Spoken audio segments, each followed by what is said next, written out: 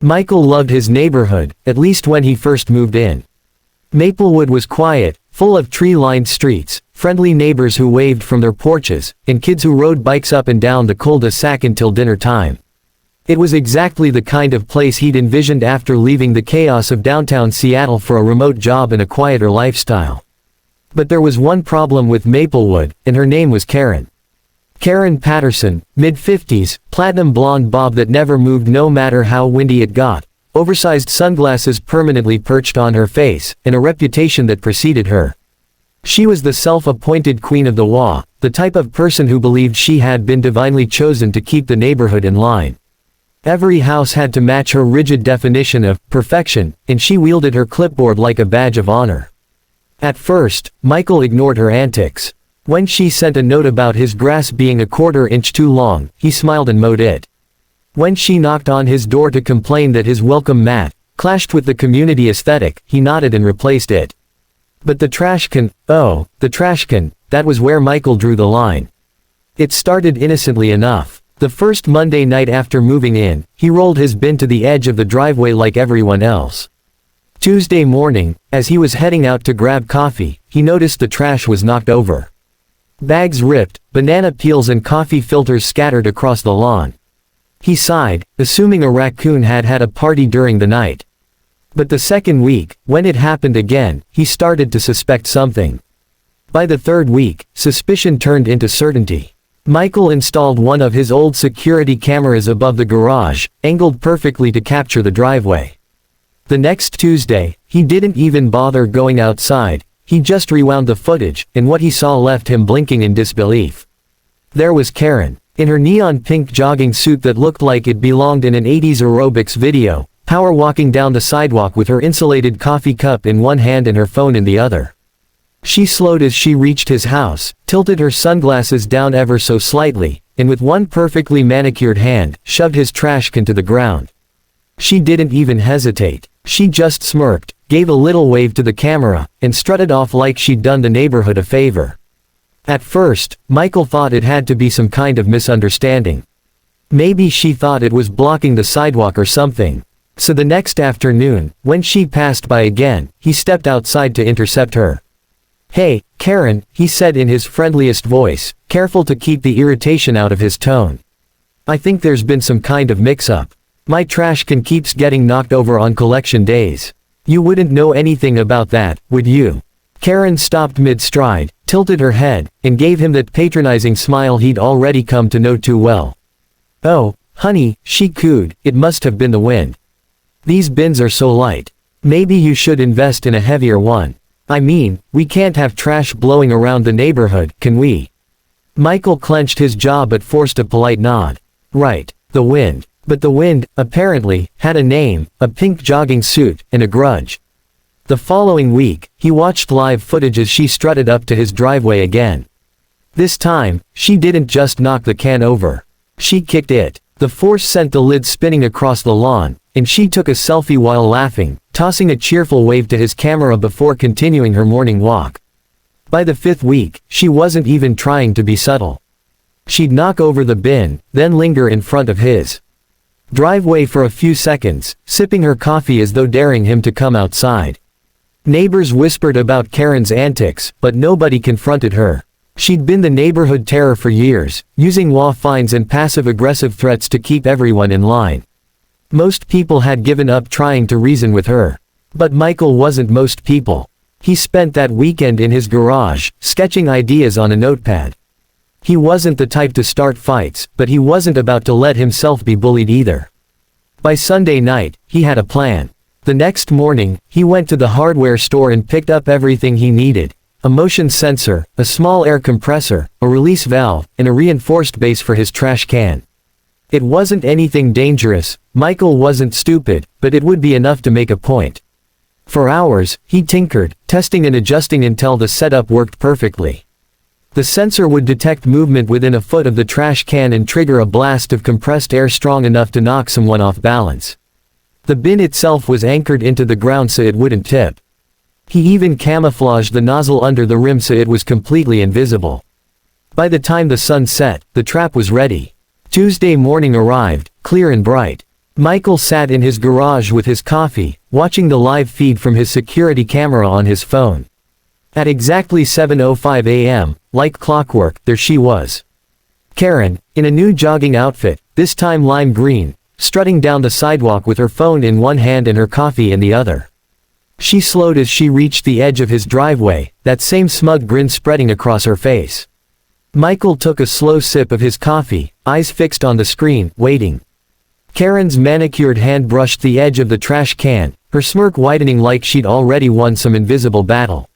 She leaned forward, gave it the usual shove, and then, whoosh! A thunderous burst of compressed air exploded upward with a sharp hiss, powerful enough to ruffle her platinum bob and knock the oversized sunglasses clean off her face. Karen let out a startled, high-pitched shriek that could have been heard 3 blocks over.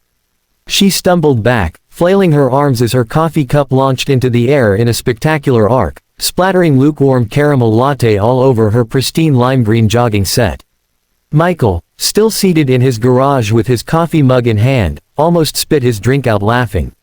The camera feed showed Karen frozen for a moment, blinking in disbelief like a malfunctioning robot. Then she whipped her head around, scanning the area, her face red with a cocktail of humiliation and rage. What the hell? She sputtered, brushing at the coffee stains on her top. The trash can, of course, sat perfectly upright and unmoved, as if mocking her. Michael stepped outside casually, phone in one hand, mug in the other, a calm grin on his face. "Morning, Karen," he said cheerfully. "Everything okay? You look a little startled." Karen's mouth opened and closed like a fish gasping for air. She pointed a trembling finger at the trash can. You rigged that thing. You can't do that. It's against HOA safety codes." Michael tilted his head slightly, feigning innocence. "Safety codes? Pretty sure the only code being broken was the one where you keep knocking over my trash." "Oh, and don't worry, the cameras caught everything. Again. You're insane," she snapped, though her voice wobbled. "I'll have the HOA fine you for this. I'll have you removed from the neighborhood. You'll see." Michael sipped his coffee and smiled. "Actually, you might want to check your email before you make threats. I sent the footage to the HOA board this morning. And the neighborhood group chat. Full HD, Karen. Beautiful lighting, too. You're trending locally, by the way." For the first time since Michael had moved into Maplewood, Karen didn't have a comeback. Her face drained of color as her phone buzzed in her hand. Notifications pinged non-stop, texts, emails, and no doubt the group chat exploding with laughter as the video went viral. By noon, the neighborhood was buzzing. From the young couple next door to the retired veteran across the street, everyone had seen the clip. Karen strutting up, smug as ever, only to be blasted onto the lawn by a possessed trash can. Someone even added dramatic music in slow motion, and by the afternoon, the video had over 5,000 views online. Michael, meanwhile, was the picture of calm. He sat on his porch, quietly enjoying the chaos, while neighbors walked by, giving him knowing smiles and discreet thumbs-ups. The quiet dad from 3 houses down even dropped off a 6-pack with a note that said, "For services rendered." Karen, however, was a storm brewing. She tried everything. First, she marched to the HOA office, demanding Michael be fined for endangering the community. Unfortunately for her, the board, now fully aware of her antics thanks to Michael's email chain filled with video evidence, wasn't interested in helping her. "Karen," one board member said bluntly during the emergency meeting that evening, "you've been warned about harassing residents before.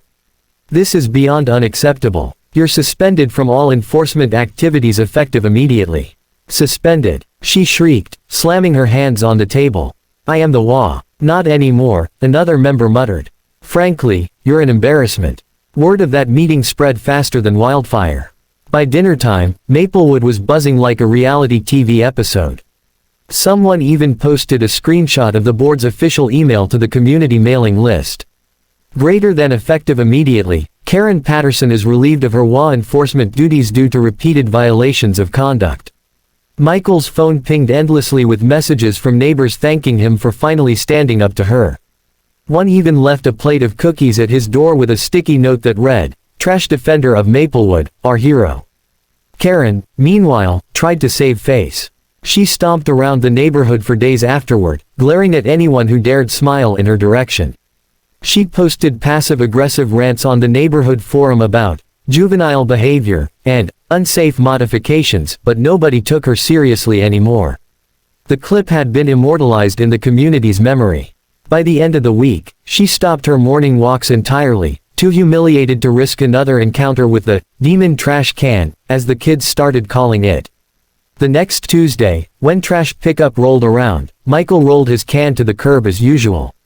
He sat back with his coffee, watching from the porch. The air was crisp, the street quiet, and for the first time in weeks, there was no pink jogging suit, no smug shove, no scattered trash in the driveway. Just peaceful silence and the hum of the garbage truck as it rolled down the street. It wasn't just about the trash can anymore. It was about finally putting an end to the constant harassment, about showing Karen, and everyone else, that sometimes the best way to deal with a bully is to let them embarrass themselves. Later that evening, as the sun dipped low and the porch lights flickered on, Michael sat outside with a contented smile. He'd built the trash can modification as a harmless deterrent, but it had done something far better. It restored peace to Maplewood. The neighborhood, once tense under Karen's iron clipboard rule, seemed lighter. Neighbors lingered outside, chatting longer, laughing louder. Kids played without the constant fear of Karen patrols. And every so often, someone would glance at Michael's driveway, grin, and whisper to a friend, "That's where it happened." For Michael, the best part wasn't the video, the attention, or even the quiet that followed. It was the simple fact that his trash can, sturdy, upright, and untouched, had finally earned the respect it deserved. And deep down, he knew Karen had learned a valuable lesson. In Maplewood, you could push your luck, but some trash just pushes back.